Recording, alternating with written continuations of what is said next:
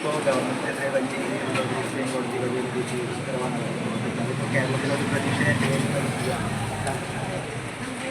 കേന്ദ്ര ഗവൺമെന്റിന്റെ അമിതാധികാര സ്വേച്ഛാധിപത്യ പ്രവണതകളുടെ ഭാഗമായി വിവിധ സംസ്ഥാനങ്ങളിൽ നിയോഗിക്കപ്പെടുന്ന ഗവർണർമാരെ രാഷ്ട്രീയ ചട്ടുകങ്ങളായി ഉപയോഗിക്കുന്ന രീതിയാണ് കുറെ കാലമായിട്ട് തുടരുന്നത്.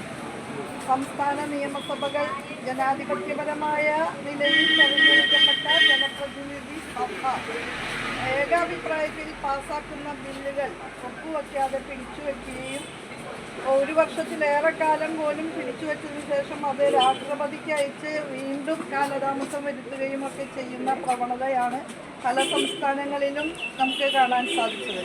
കേരളത്തിൽ നേരത്തെ ഗവർണറായിരുന്ന ശ്രീ ആരിഫ് മുഹമ്മദ് ഖാൻ വളരെ വലിയ നിലയിലുള്ള കടന്നാക്രമണമാണ് യഥാർത്ഥത്തിൽ ഉന്നത വിദ്യാഭ്യാസ മേഖലയിലൊക്കെ നടത്തിക്കൊണ്ടിരുന്നത്.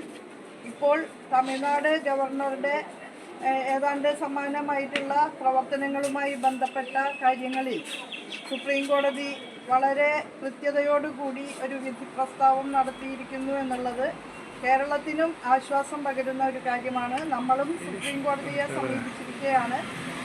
കേരള നിയമസഭ പാസാക്കിയ ബില്ലുകൾ 1 വർഷത്തിലേറെ കാലം അടവച്ച് ഇരിക്കുകയും അതിനുശേഷം രാഷ്ട്രപതിക്ക് അയക്കുകയും ഒക്കെ ചെയ്ത സമീപനമാണ് നേരത്തെ ഉണ്ടായിരുന്ന ഗവർണർ ശ്രീ ആരിഫ് മുഹമ്മദ് ഖാൻ്റെ ഭാഗത്തു നിന്ന് ഉണ്ടായത്.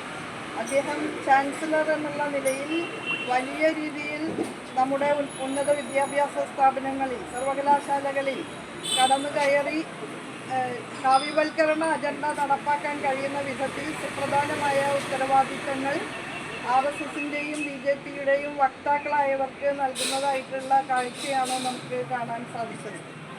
ഇതുവരെ ഇല്ലാത്ത വിധത്തിലുള്ള ഒരു കടന്നുകയറ്റമാണ് ആ ഗവർണറുടെ ചാൻസലർ എന്നുള്ള നിലയ്ക്ക് പദവി ദുരുപയോഗം ചെയ്യുന്ന നിലയിലുള്ള പ്രവർത്തനം തന്നെയാണ് കേരളത്തിലും ഉണ്ടായത്. ഇപ്പോൾ വന്നിട്ടുള്ള സുപ്രീം കോടതി വിധി തീർച്ചയായും ആശ്വാസകരമായ ഒരു കാര്യമാണ്. ജനാധിപത്യത്തിൻ്റെ വിജയമാണ് യഥാർത്ഥത്തിൽ ആ വിധിയിലൂടെ നമുക്ക് കാണാൻ സാധിക്കുന്നത്.